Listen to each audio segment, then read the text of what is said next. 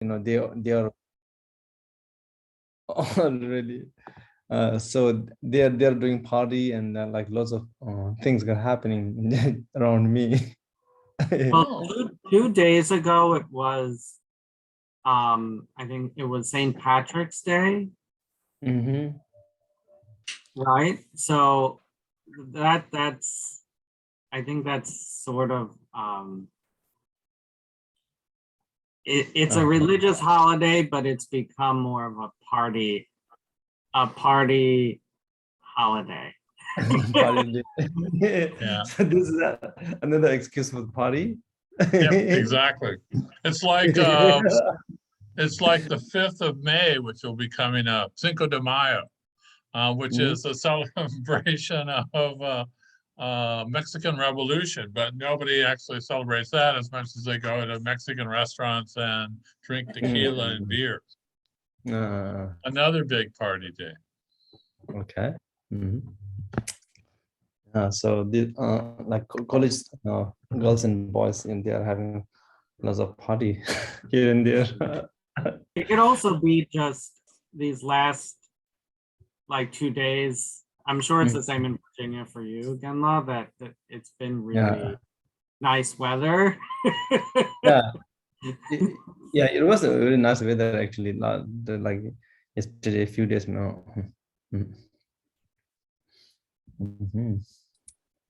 Isn't there a big basketball tournament going on too? Is that kind of part of the whole US college thing? This is the big weekend for the college basketball playoffs. I think that could be a possibility, like because they were wearing like the same color T-shirts and things like that. Oh, okay. I'm not certain if it's the University of Virginia in the tournament. That could be. Yeah, maybe.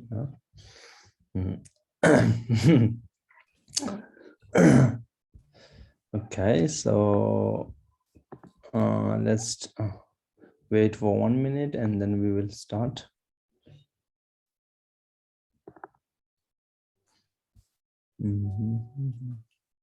Oh, no.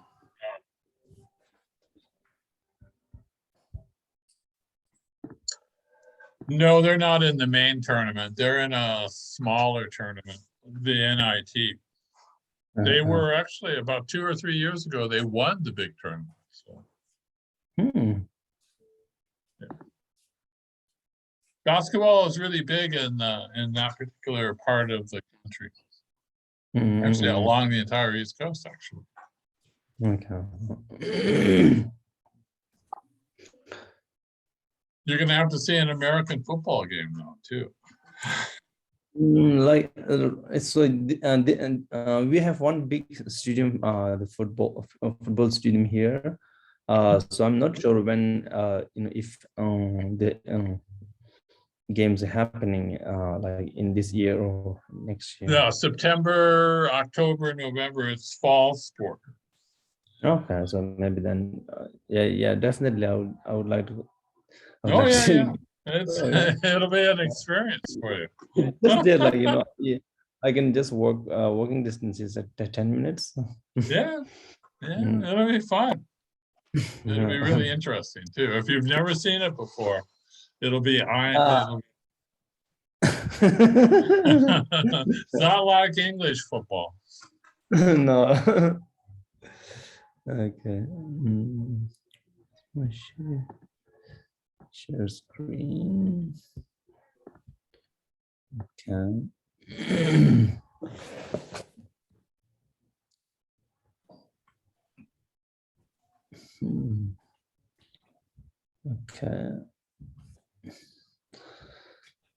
Okay, so today I chant the Heart Sutra.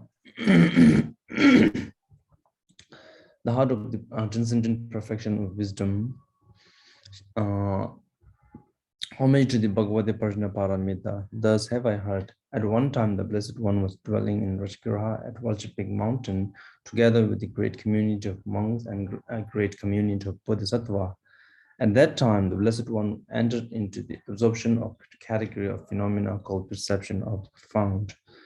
At the same time, noble Avalokiteshvara, the Bodhisattva and a great being, beheld the practice of the profound perfection of wisdom and saw that the five aggregates are empty of nature.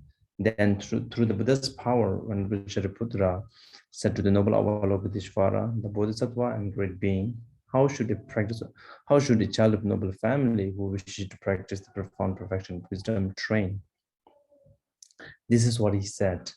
And the noble Avalokiteshvara, the Bodhisattva and great beings, replied the Venerable Shariputra as follows. O Shariputra, O son of noble family, O daughter of noble family, who wishes to practice the profound perfection of wisdom, should regard things in this way. They should see the five aggregates to be empty of nature. Form is empty, emptiness is form. Emptiness is not other than form is not other than emptiness. In this way, sensation, recognition, conditioning factor, and consciousness are emptiness. Therefore, Shariputra, all dharmas are emptiness. They are without characteristic. They are unarisen and unceasing. They are not tainted and not untainted. They are not deficient and complete. Therefore, Shariputra, in emptiness, there's no form, no sensation, no recognition, no conditioning factors, no consciousness, no eye, no ear, no nose, no tongue, no body, no mind, no visible form, no sound, no odor, no taste, no texture, and no mental object.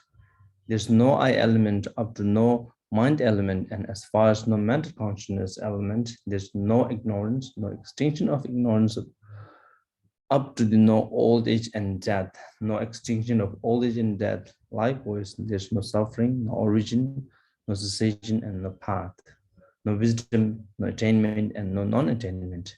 Therefore, Shariputra, since the Bodhisattva have no attainment, they rely on and abide by the perfection of wisdom. Since their minds are obscure, they have no fear. They completely transcend error and reach the ultimate nirvana. All the Buddhas throughout the three times fully awakened to unsurpassed, genuine, and complete enlightenment by means of the perfection of wisdom. Therefore, the mantra of perfection of wisdom, the mantra of great insight, the unsurpassed mantra, the mantra that equals the unequal, the mantra that pacifies all suffering, is not false and should thus be understood as true. The mantra of the perfection of wisdom is proclaimed as follows. Om Gate Gate Paragate Parasangate Bodhi Soha. Shariputra, the Bodhisattva and great being, should train in the profound perfection of wisdom in this way. Thereupon, the Blessed One arose from absorption and commanded Avalokiteshvara, the Bodhisattva and great being, excellent, excellent indeed, O son of noble family. And that is how it is. That's just how it is. One should practice the profound perfection of wisdom just as you have taught, and then even the Tathagata will rejoice. Then the Blessed One had said, when the Blessed One had said this, Venerable Shariputra and noble Avalokiteshvara, the Bodhisattva and great beings, together with the whole assembly and the world of God, human being, Asura, and Gandharvas, rejoiced and praised the speech of Blessed One. Thus concluded the Mahayana Sutra of Blessed Mother, the heart of transcendent perfection and wisdom.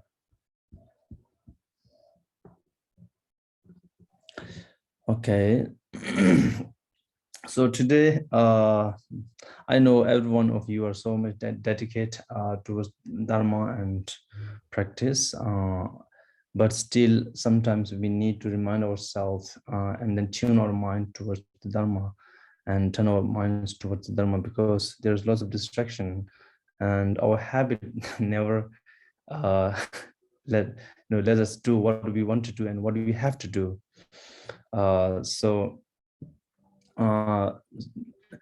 Today's opening meditation, I would like to focus on turning the minds towards the Dharma.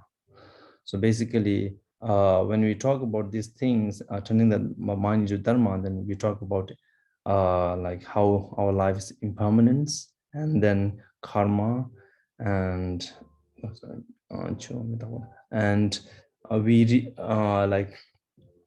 we should rejoice and think about how precious human birth that we have obtained, and then we also have to think about what how should we how should we how would you like to be, how would you like to no, this is not good.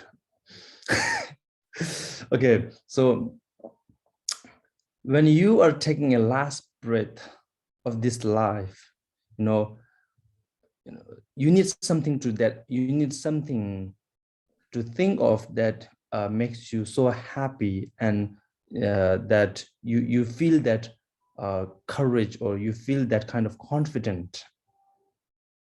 So it would be really sad if you think that you have been into Dharma for a long time, and then when we are at the point of taking the last breath, and then we were still having this kind of like hallucination and all this scary and then like things is happening to us, that would be a really sad thing for us, right? So we have to think about, we have to do something that we should at least die peacefully at the end of the day, or at the end of their life, at the least, right? If nothing more, at the least. At least you should not really like hold back to this life, right? So in order to do that, we need to we need to have this confidence that, okay, I can really let this go away, right? So it is like move on, moving on, right? Moving on, letting go and moving on. In order to move on, you need another boyfriend or girlfriend to hang up with, right? Otherwise, it's difficult, isn't it? It takes quite a lot of time to heal. So that's why I think the karma. We have to talk about karma. So everybody knows, and all of us have heard 100,000 times that life is impermanent, right? Life is impermanent, and then really nothing can stop us from being the impermanent, very, what do you call it, being living in this unpredictable causes and condition. So once causes and condition drive us, there's nothing that really we can do so much. We can pray, we can hope, we can expect, maybe we can like, okay, take medicines, go jogging, walking, and exercise, yoga, so many things, but it doesn't guarantee us, right? It doesn't really it doesn't guarantee us that, okay, you will live longer, right? So that's why I think we have to think that how, what if I die today and right now, then how would it be for me to let it go, this life, and then move on, right? Move on. It's difficult to especially this young generation. So since I've been here, it looks so sometimes so fun and so energetic, but sometimes it seems so distracted and so pitiful, really, because they have no choice. They have to work hard. They have to do so many things, and they have no time, really. So it's pity, and because there is a force. I don't know where this force comes from, but there is a force that really push them so hard, so hard. So they have to think about the future. They have to think about the present, what is happening in their class and all those things. But maybe we are all grown up, and then we have gone through all this pace, right? And then we are kind of now compared to them, kind of relaxed, and we have some time to reflect. So I think since we have some time compared to them, and then we have this more experience compared to them, then it's our time to now really focus on how do you want to really move on, right? How do you want to move on when you get divorced from this life?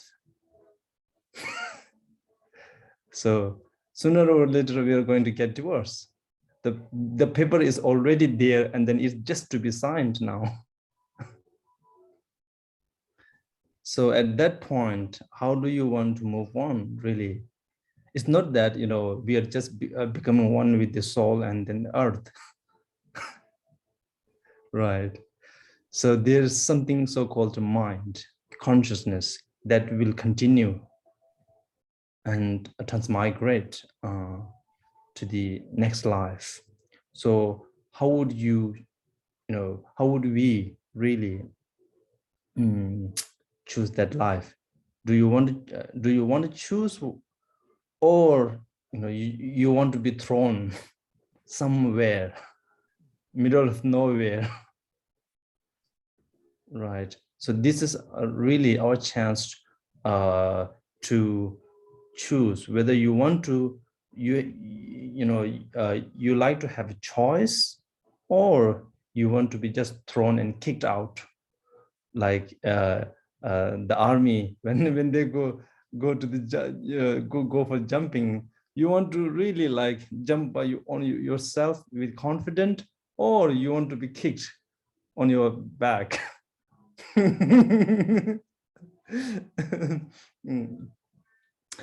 So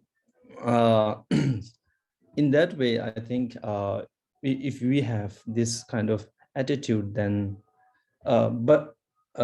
then it helps us to turn our mind into dharma. And that so these kind of things, thinking about these kind of things sometimes can be very depressing if you don't know how to practice. Really, it can be depressing because you have no path, and you have no hope, and you have no skill how to what to do after that. Okay, I know I'm dying. I don't know when I'm dying, but what should I do? If we have this kind of attitude that I don't know what to do, then that's depressing. That is truly depressing. But if you know, okay, so I know I'm going to die, and it's unpredictable, but there is a way, and there's something to be done, then it is not depressing, but it is more of like something that can motivate us, right? It helps us to motivate. Okay, so I think we all of us are ready and to do this practice, the turning the mind into dharma, this kind of practice, because this kind of practice, I don't think this will work for the new generation, the younger people who have no knowledge of dharma and all those things. Really, it's difficult for them. From my perspective, what I understand, assume is, if I tell them that only you're going to die, you don't, it's very unpredictable, and then you have to think of your karma, and if I tell them this one, then they get really depressed, I think, because maybe they have read something somewhere, and they heard something, but they don't have experience, and they don't have really gone through the practice and the teaching. So that is why it is depressing for them, and that is why sometimes people consider that Buddhism is very depressing, like very what do you call optimistic, and I don't know, what is that? Optimistic is a good one, right? The pessimistic, yeah, pessimistic. So one time I remember that a group of American students came to Deer Park in Beer. So at that time I was studying English. Very beginning of I started my learning English, and then I was asked to give a short speech to those students, young, they are very young. And then the topic for me was the Four Noble Truth, and then the first noble truth. I was really thinking about how to do that, and then I gave I gave them my title to the as in happiness. So that they feel like, okay, something, he's going to talk about something about how to be happy. But I written down everything down because my English was not even now my English is not really good, but at that point I cannot really even make good sentences. So then I put down everything down on paper, and then I was just reading basically I've already memorized. So then I was just pretend to pretend that I speak English. And then one of the young girl asked me, "You're the topic and the content is completely different."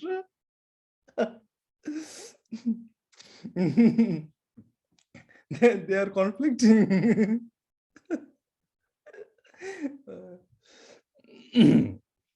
Yeah, anyway, so these things can happen really, and it is happening because really they don't know, and I am not skilled.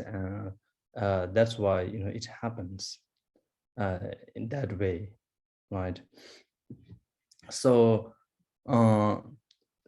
and we also have to understand that, okay, like I have this life, and then I have to think about my life, this life, we have to think about paying the bill, tax and everything, paying the bill, electric bill and gas bill and parking and all those things, bills that even sometimes traffic bills that you when you break the traffic rules, then you have to pay the bills, right?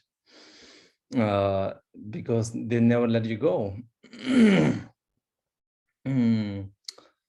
So yes, we have to get going, but at the same time we have really think about, so these thinking about those bills, and then those relationship, and then this life. Yes, we need to, this is necessary, and this is for this life, but we have to also think about the mind that is going to continue in next life, right? The mind that go to next life without anything. So how would you like to really proceed that mind to another life and another body? Which body you really want to have at that point? So right now we have choice, but when you are already in the bed, and then really having difficult time, and at that point I think it's a bit late.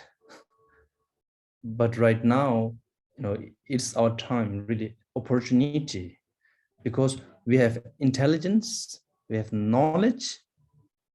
It's just about making a time, make ourselves, makes some time. And then if we are able to give ourselves and basically doing practice quite alone, or how do you do this is to give yourself room and space, right, to nourish and to expand your own consciousness or the practice, right? So that you have energy, you have confidence, you have this power to move on, right? So that's one thing. And at the end of the day, really, we have to leave even this beautiful and handsome dark body.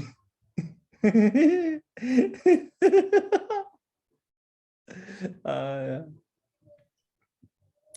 So like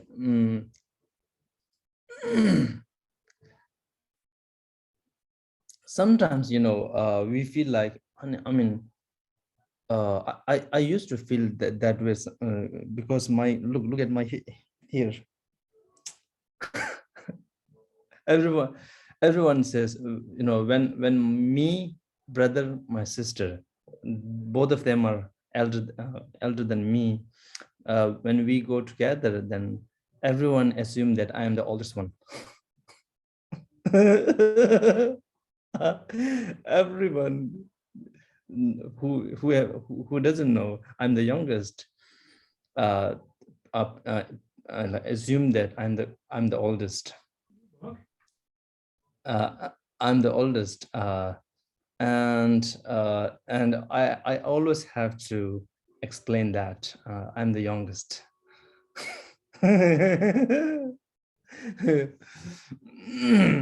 So and one reason is because of my hair. Look.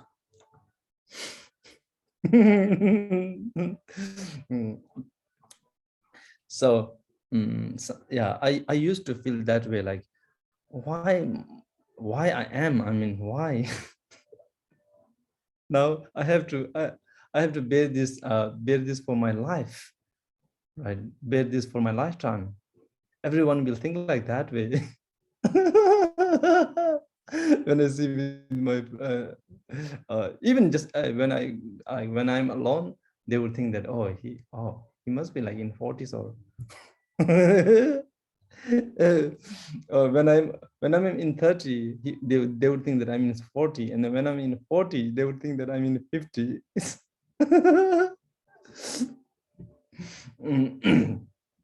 So then like and at one time then, like, okay, so I have to go face for this whole life. Then I said, I measure like maybe how long, like how long, how long that is the whole life, right? How long is your whole life? Right? So we don't know. It can be like tomorrow, until tomorrow. Really, we don't know. And so if I was in a plane, and then the plane is going to crush, then at that time, how would I like to feel? Really, am I confident enough, or I'm scared like other people in the plane, right? So if I'm scared like other people, then I think, I've wasted my life, being a monk, being a Buddhist, being a pretending like a practitioner. Right? So really, we have to, it's not about really like push, being so hard to yourself, but is it true? This is true, isn't it? It is a true, it's the truth. Then we shouldn't really fake it. We shouldn't really like just pretend and be very like, what do you call, we cannot just be so pretentious, right? So that's why, you know, basically what I'm saying is, you know, how would you like to be, you like to die? So there's many way, like when you are dying, I'm dying, then if you know, there's a possibility that I'm so confident that I can choose, okay, I want to,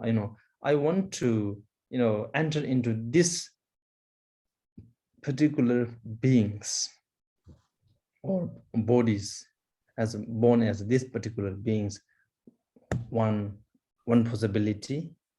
Another possibility is, I'm not so sure where I'm going to born and where I'm going to like take a birth, but I'm so sure that, you know, I'll be born somewhere that, you know, the dharmas is there, and I have all facilities to practice more, right? And then you have this both physically and then mentally and environmentally, you are supported. Or much better would be, you know, when you are taking the last breath, and then the outer breath stop, and then when you are just breathing the inner breath, taking the inner breath, then so that is the time that you have opportunity to meet with the real Buddha, the Dharmakaya, right? So at that point, you will meet with the Dharmakaya, and then you recognize the Dharmakaya, and then at that point, you are just enlightened, right?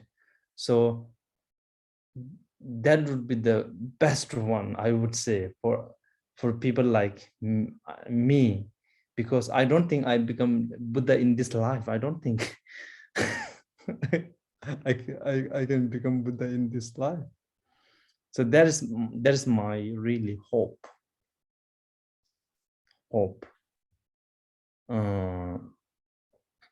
So, but just having hope is not enough. I have to really like to do something, you know, do something. I have to make a time, like I have to plan. So I have the dream, and now I need the plan. And then when I have the plan, I need to execute that plan, right? So having a plan and dream is not enough. So so we are going to think about these things, okay, in in this 3 minutes. You know, just appreciate that you have this really opportunity, and then, you know, how would it be if you lose this opportunity, and then you are going to kicked out and then thrown out somewhere that you have never expected? Or, you know, you would like to have your own like choice, and then you have this confidence, okay? So in that way, we will just to try to push ourselves bit towards the Dharma. Okay, so so I'll set the alarm. And please just prepare yourself for the meditation.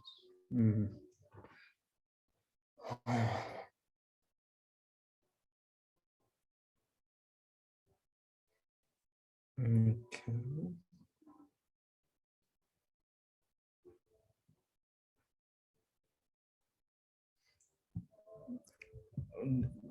Do you hear the music from background? Okay, good. That's good. Okay. Okay, then we'll start in 1, 2, 3.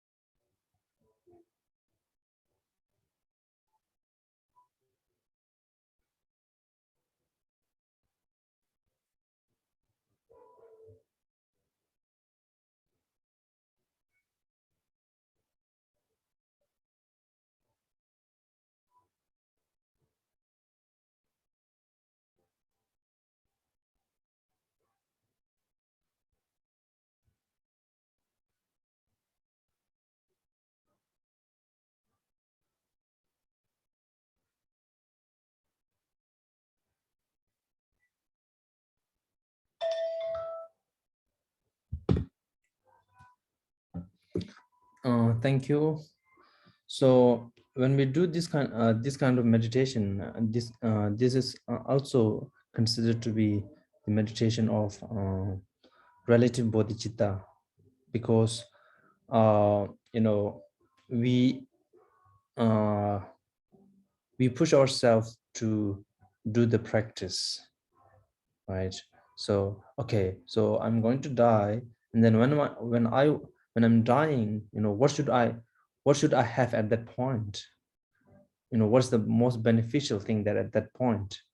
At that point, the most beneficial thing is if your mind is trained. So that is the most beneficial, because that trained mind is going to transmigrate, and then you will have you have to leave everything behind except the mind. So then in order to train our mind, we need training, and that training is Dharma. It can be meditation, it can be study, it can be anything, right? So this motivates us to study, meditate, contemplate, and then practice. So this is called the relative bodhicitta, and among the relative bodhicitta, there are two types: the aspirational bodhicitta and then application. So this is more of like aspirational bodhicitta. Okay, so this is how we practice the aspirational bodhicitta. Okay, because we are more thinking about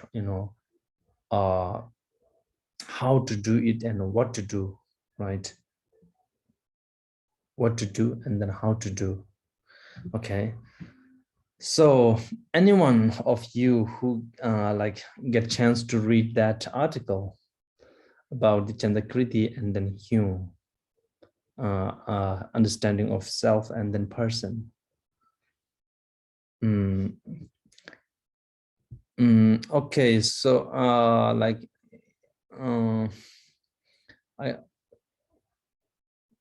so can you, like, if you have read some, like just went through, then can you just raise your hand? Okay, B and okay, Brenda, I can see.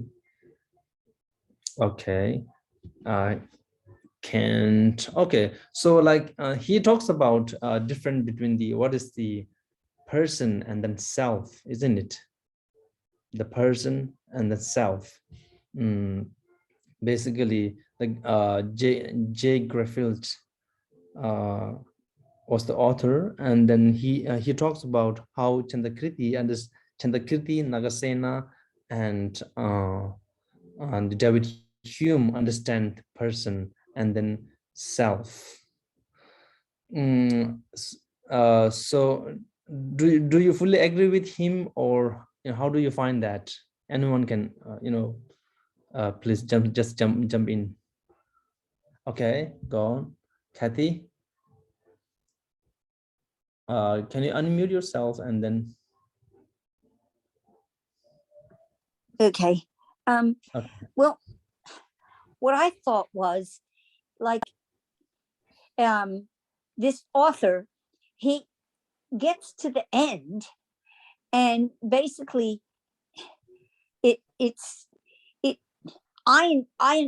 what I understood from what he said was that all there is that like everything that you see and experience, it doesn't exist. But kind of like how I thought he was presenting his ideas was that his conclusion was that's it. It's like there's no kind of like, so then what? That was my understanding. Okay. Okay, yeah. So he was comparing comparing the Madhyamika understanding of the person and the self, and then the Hume's understanding, right? The Hume's understanding of self, and then and they have very similar idea, although like they have different so many different nuance, but very similar. It was very similar, isn't it? Yes. Yes. Similar. So anyone wants to like comment on anything that you've understand, and then like anything?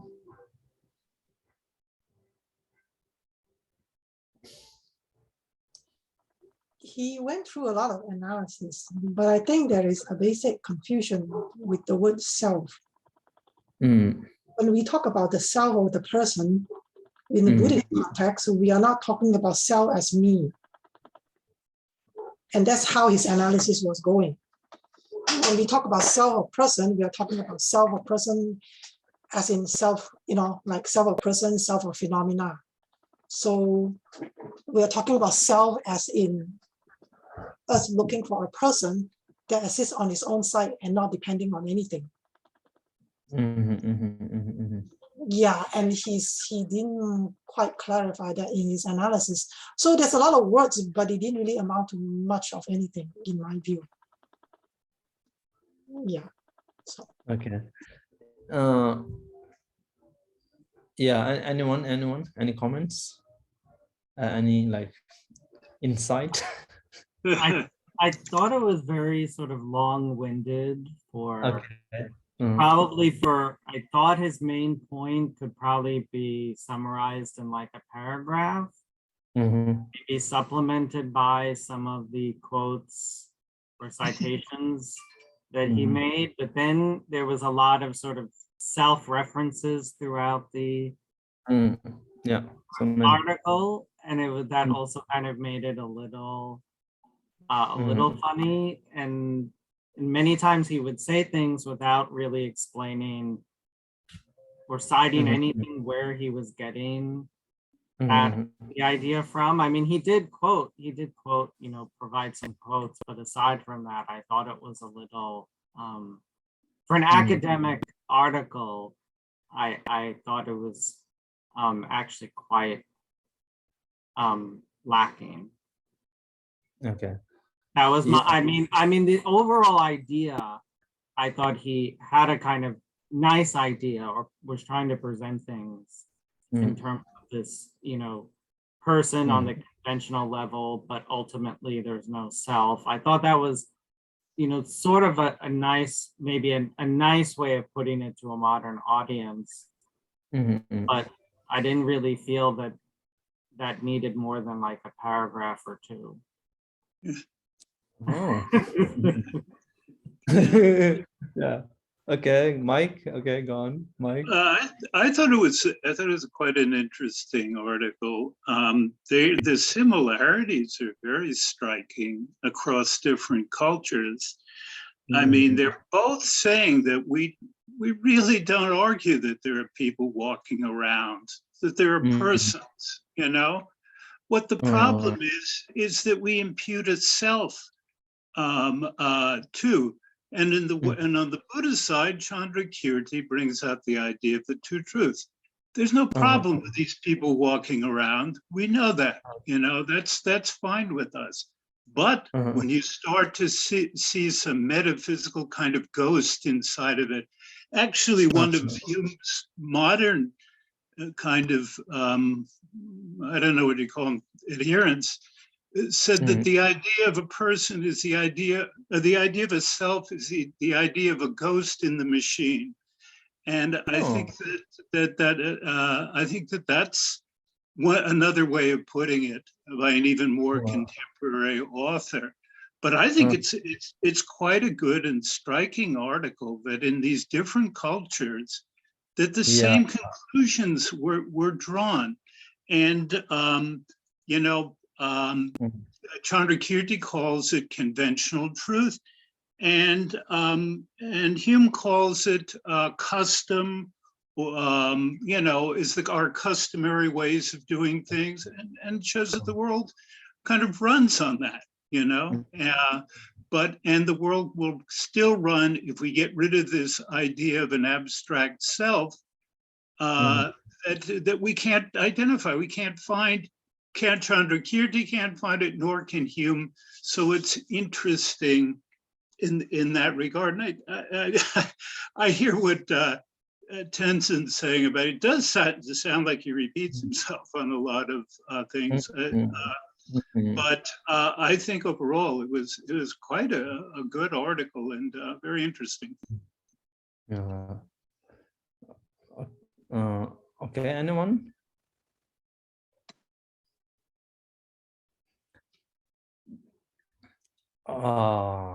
Okay. Callista, how do you say? Sorry, I'm so sorry. No, that's correct, Callista. I appreciated the article because it was a good summary and a basic comparison. And I'd heard that Hume had this argument, but I've never read Hume. And so it was very helpful to be introduced to Hume. I was struck by, with Chandrakirti, there's an acknowledgement that there's a person, which is conventional reality, and also an understanding that there's no self in the way that we usually construct it. And I thought it clearly presented that. But I guess what struck me is that with Hume, that's all there is convention. There's that you don't have the two truths. And so you come to this moment, if you've been trained in it in the tradition, in a Buddhist tradition, where it feels kind of sad if that's all that exists. Hume, however, seemed just fine with it. I mean, Hume didn't think there was any problem.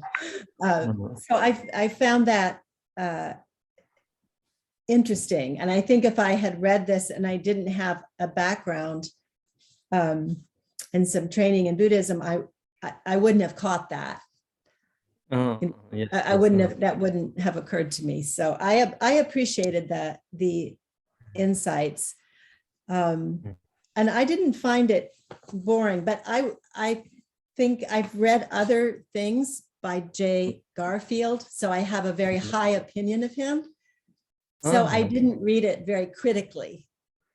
Okay, I read it with, this is a scholar and I trust the scholar. So that was what I brought in with me. Yeah, so and one before I go.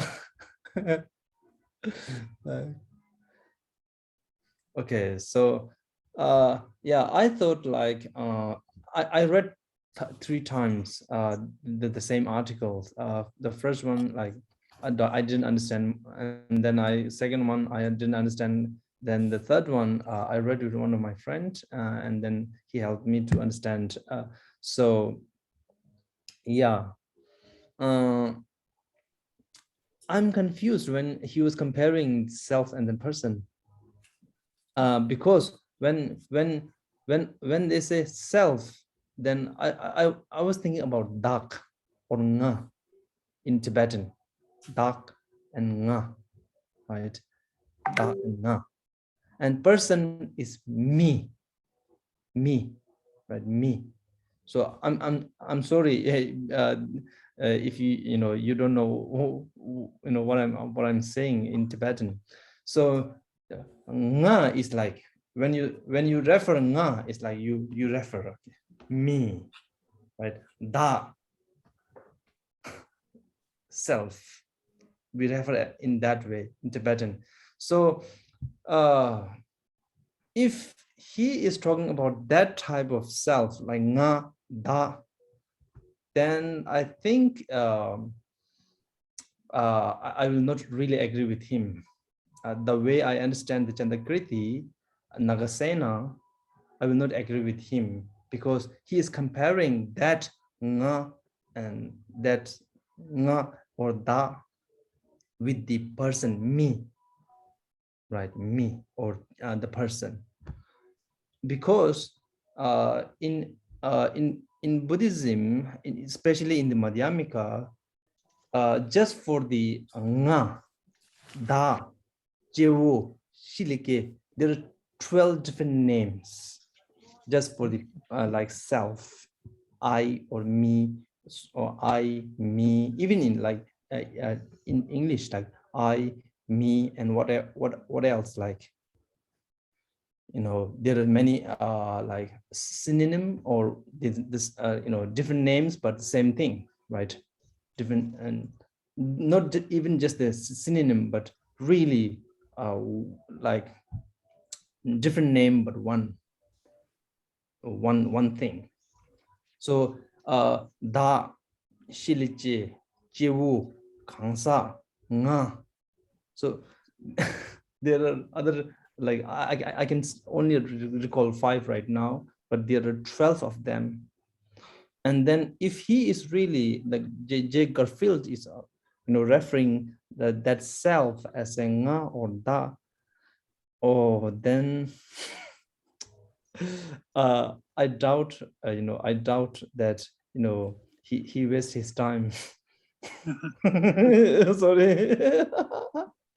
But I think, just give me one time, okay, one second to finish this. But there's another way of saying dhatu drupa,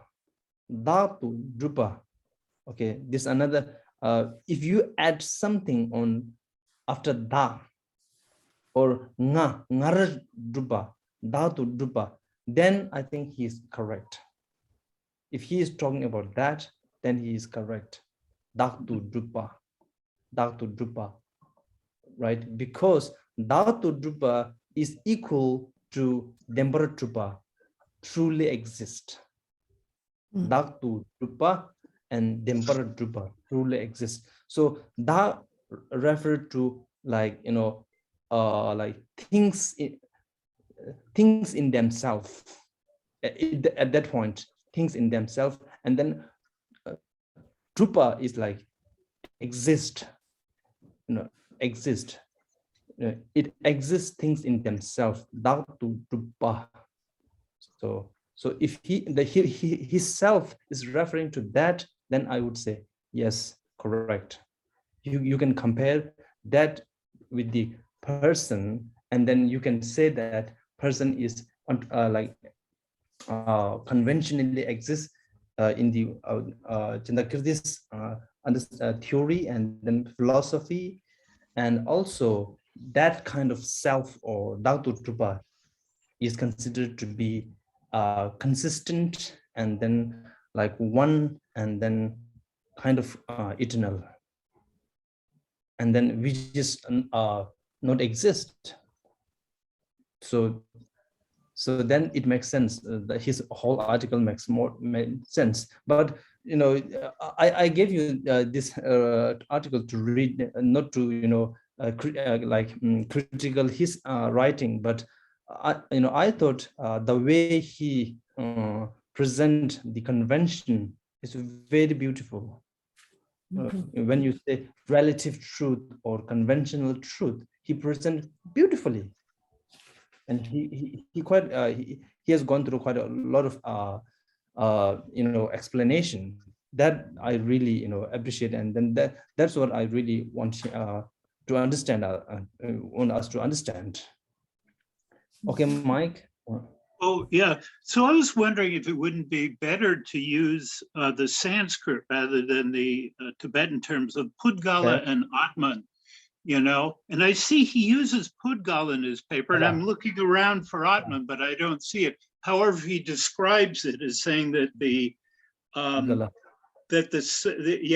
is it the self in Chandrakirti and Hume's analysis is that there is something that is controlling the minds and bodies, and is and that has a mind and it has a body. It's something beyond the aggregates, and which describes the Atman. But I didn't see that he used the term, but I think that's certainly what Chandrakirti would have used, is Pudgala and Atman.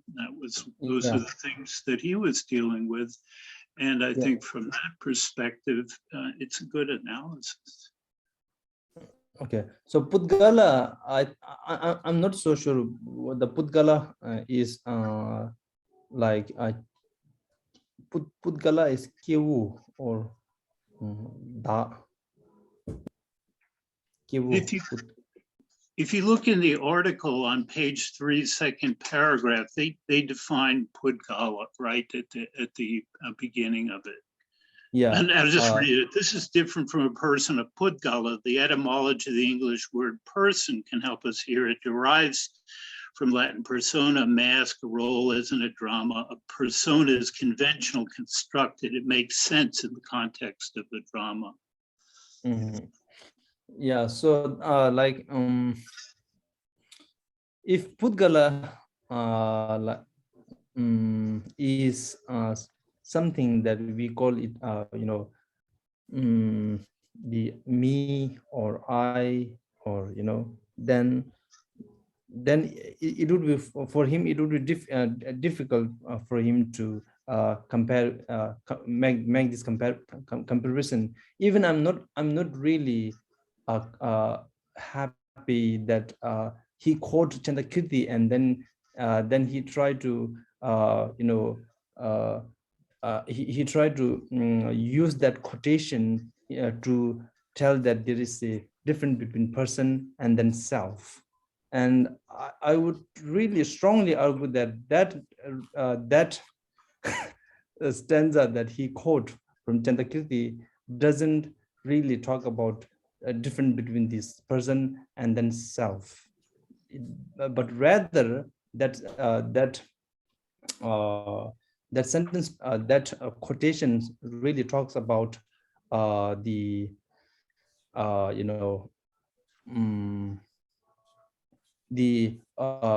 we call it the other emptiness, right? We call it other emptiness, like empty by other thing, like empty by other thing. So this is what here what Chandrakirti is trying to say in that particular quotation stanza is that if like the the other school Buddhism, such as the Vaibhashika and Chittamadrin, they say that the things are emptiness, like the the mind is emptiness, and this is empty of dual, like object and subject, right? This is, and the mind is empty of object and subject, that's why it's called emptiness. So here Chittamadrin is claiming that when we say emptiness, and it has to be empty by other, not by the mind itself. So in that case, what happened is, like, since you have the notion of mind, and then it doesn't work. It doesn't matter if you think that there's other things is not exist. It would be very much like, you have snake in your house, but you think that there's no elephant, so that's why I'm free of danger. Like, the snake is the mind, the clinging to the mind, and then the elephant is the like like dualistic object and subject, right? So thinking that there's no subject and object, that's why I get enlightened, it doesn't make sense, because you are clinging to the you are clinging to the mind, so that will trap you. So this is what I think in that stanza says. But where J. Garfield tried to say that this stanza says this, like a person and then self. So that's where I find quite odd. But I can be wrong also, like. I found that puzzling too. I couldn't get that out of that. But before that, actually, in the thing he mentions, actually, Atman and Purudala. I guess someone pointed out to me that it is in the text. So yeah. In the context of what Chandrakirti is dealing with. But yeah, I was puzzled by that interpretation. I don't get a lot of stuff, and I didn't get that. Yeah. Okay. Anyway, so this is not about, like, but sometimes as I'm trained in these things, then when I see these things, then I feel worried, really. Sometimes I feel worried because this is what I know, and then when I see things like this, then I feel a little bit worried, although I have some kind of, maybe I can be wrong. But I think he can be also wrong. So that kind of things, like, then I just feel I cannot really say that he is completely wrong, and this is what what I understand is completely right. But still, there's something to be really think critically. Okay. Okay, so yeah, for those who have not get chance to read, I think this is a good read. I will just still like recommend to read and go through, especially those who have studied the Madhyamika with me. I think it would be really like enjoyable reading. Okay, so we'll go through the text. Sorry. But I will not take so much time. Okay, today we are really near to finish now.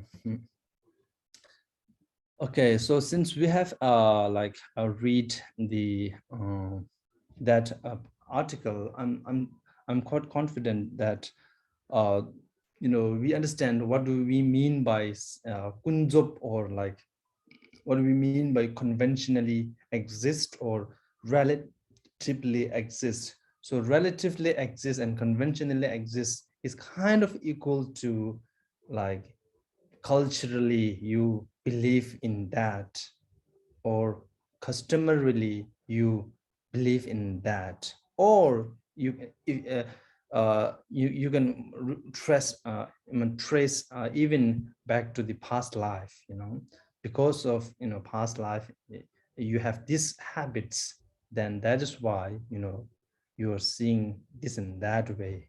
And it's not because of things in themselves that we are seeing, it's just because we believe this is has to be this way. So right, so now we dealt with the like critique for the ultimate reality, and now they are like criticizing for the relative truth. Okay, relative truth. So here the critique is that, you know, how come if nothing is truly exists by themselves, then how come that, you know, we have this understanding, the experience and appearance in our mind? How come that, you know, it comes like that way? So that is the criticism that they put forward to the Shantarakshita. So then Shantarakshita said, Dan Dani Nawing Jinji Ubogavara Mijete, Tedawin and Drubada Drubja Shaba, Tuba means. So again, like Shantarakshita is saying, you know, I'm not really neglecting the things when like on the level of just appearance. So when I'm not analyzing, I completely agree what appear to our like unimpaired sensory like sense faculty, and then like sense consciousness. I agree that they are there and they are exist when I'm not analyzing. Yes, they are there. And when I like give this reason and then put the subject, predicate, and then reasoning, and then try to prove something to you, this is we are doing on the level of the non-analytical. But as soon as we started to get analyzed, and we started to analyzing, then, you know, we will start to lose them. So this is how it is, right? So basically here I think Mipham Rinpoche had made crucial and significant comment where he said, you know, we have to understand that, you know, when we talk about the relative truth and then unanalyzed state and then ultimate truth and then like ultimate and we put all the we analyze through the Madhyamikan logic and reasoning, and then we lose everything, and then we talk about the ultimate reality or level, then these are not so, although it seems like, you know, sequentially happening, And since it is sequentially happening, then it seems like this is two different states, right? Okay, first I see this one, and then when I analyze, I lost that one, and then these are two things in two different states. But he said, no, it's not two different states. You know, we have to understand that these are only two different names, but it has to be equal. Like in the Heart Sutra, it says form is empty, emptiness is form. Emptiness is not other than form, and then form is not other than emptiness. So we have to understand that whatever we analyze and then lost everything is not different from what we are seeing, and then what we are seeing is not different from what we have lost through our analysis. If we are not able to see, put them together and then see this seemingly contradiction together, then there's no way that we can not fall into the either nihilism or the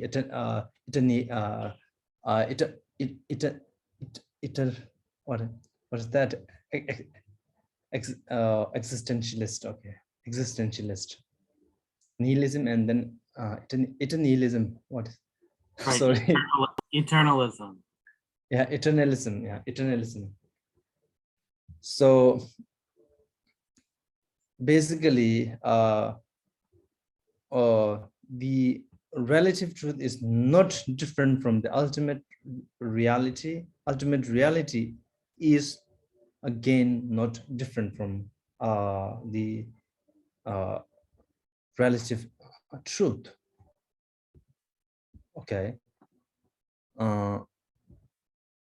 So that is why, you know, like when we meditate, first we have this non-analytical state, and then when we analyze, then we started to lose things, and then we start even the analytical mind, and then we rest the mind, and so at that point, if we are not careful, then at that point we can make mistake and then falling into the nihilism. Because if you lost everything and then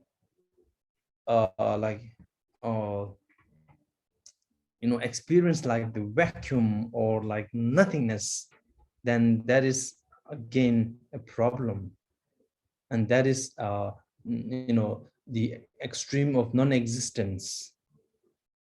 So in order to not happen that, then we have to we have to understand that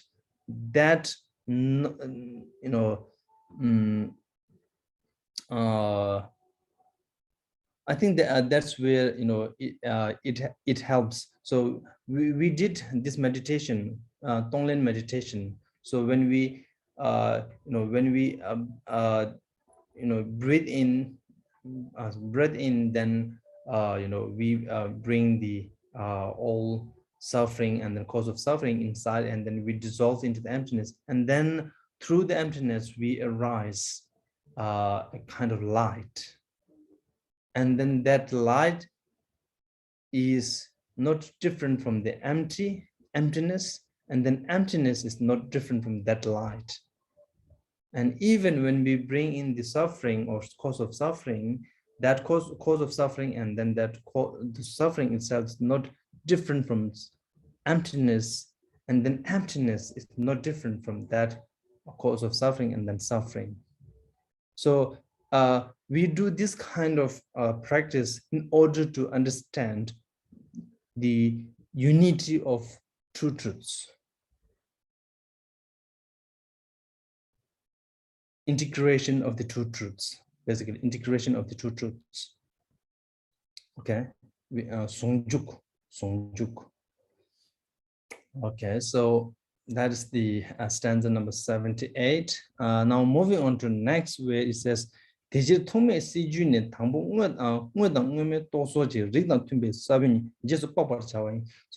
is why when we do not analyze, then there is things and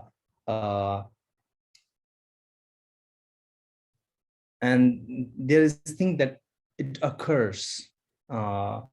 occurs consistently, and it seems like it has been happening for quite a long time, right?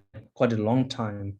And those things that is happening one after another and sequentially, like it's not just happening really randomly.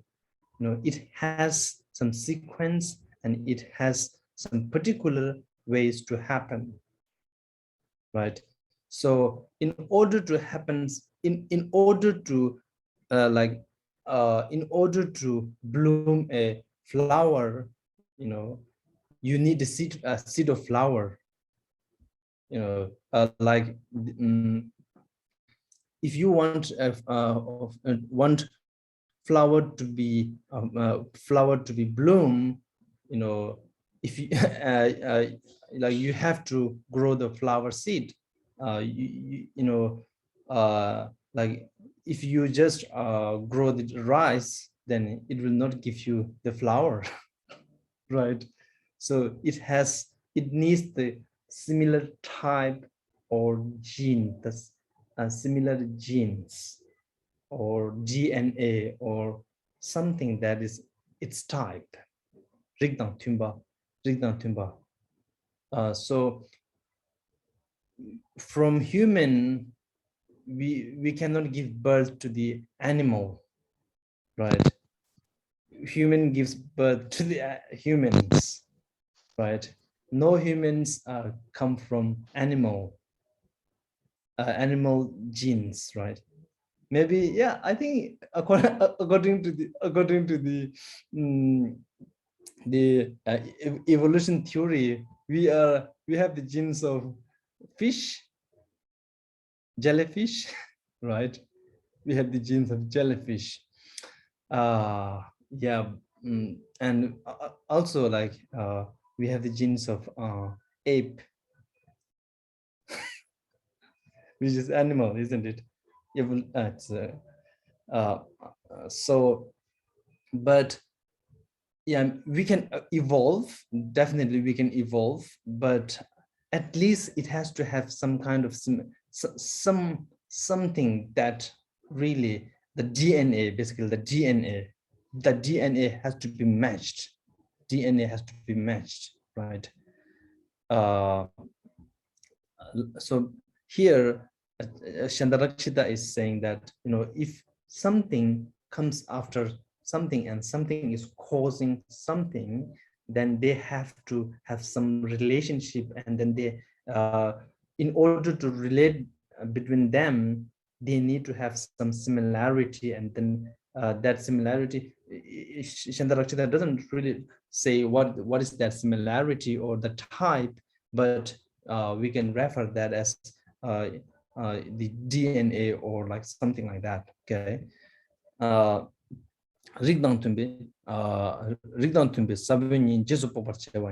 So although it's difficult to see through really the directly, direct cognition, but we can speculate, or we can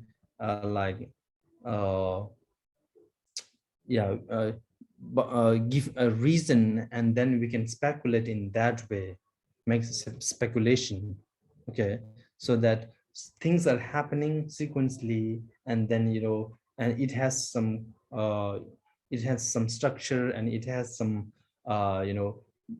form of way happening. So so that by looking at that, we can speculate, and then we can just assume, making a good assumption that there is a cause which has the same kind of DNA to make this happen. And he's I'm stressing on this here because Chandarakshita has something to prove at the end of this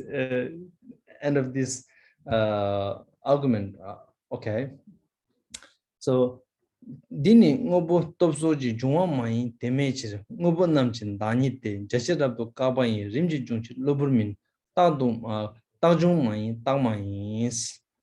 So here again Chandarakshita is saying that whatever appeared to be happening and whatever appeared to be exist, they are not really happening and then exist out there, but rather it is happening within our own mind. And again, he's saying that we have already talked and discussed about how outer phenomena cannot exist. So I don't have to repeat that. So basically, and although there is no outer causes and condition, external causes and condition, but it doesn't mean that these things are happening without cause. Okay, it doesn't mean that these things are happening without cause. And I'm not really so convinced about this translation, the last two line of this translation, where it says they appear successively and therefore they are not random. I'm not so sure what they mean by random. Loburwa here, I think the translator just think about the word lobur. Yeah, usually the lobur is, you can say, random or by chance. But the lobur has another meaning when you put another word just after that. Lobur tholjung, lobur tholduchungwa. Lobur tholduchungwa means, it happened just it just happened in that way. Right? It just happened in that way, meaning that it has no causes and condition, but it just happened that way. Right? So I'm not so sure how this random can give you this understanding or not. And also and not occurring all the time, they are not permanent. I'm not also happy with this, not convinced about this translation, because means if something is happen in without any cause, then that should be either permanent or either it shouldn't be happen at all. So this is what it means. But here, this is it means something, right? They are not permanent, and then they are not occurring all the time. So anyway, so basically, if something do not need causes and condition to be appeared, then it has to be occurred all the time, or it shouldn't be occur at all. So this is what it means, what Chandarakshita meant here, and by saying that, Chandarakshita is saying there's no external causes and condition, and neither these things that occur to our mind is causeless, but it's just happening in that way. It's not like that way, but it has a causes and condition, and that causes and condition is very much linked with the result. It is result, and result is also linked with the causes and condition, and they have the similarity and then same type. Okay, so 대외 검다 대니칠 당보랑기 리글리체. So that is why whatever thing that occurs in our mind, something has gone before that, and then that causes and condition that already gone in the past has to have some relationship and has to have some similarity between the effect that it produced, which means that the first ever consciousness that we have when we born, it has to have come from some similarity of that consciousness. It cannot just come from a matter. That the first moment of our consciousness, this life consciousness, let's say this, our the first moment of our this and the present life consciousness has to come from something that is linked with that that cause, and then that cause should have the same kind of similar kind of genes or similar kind of type, and then the matter cannot be the similar type of that consciousness, because matter and consciousness, although there are some similarity, but they have the DNA or whatever that it is not similar, which means that it has to have come from mind, the consciousness, which means the another type of consciousness has already in the past, and then this give birth to this consciousness give birth to this consciousness, and similar thing will happen in the future. So when we take our last breath, then at that time there will be a consciousness which will produce another consciousness in another body or in another form.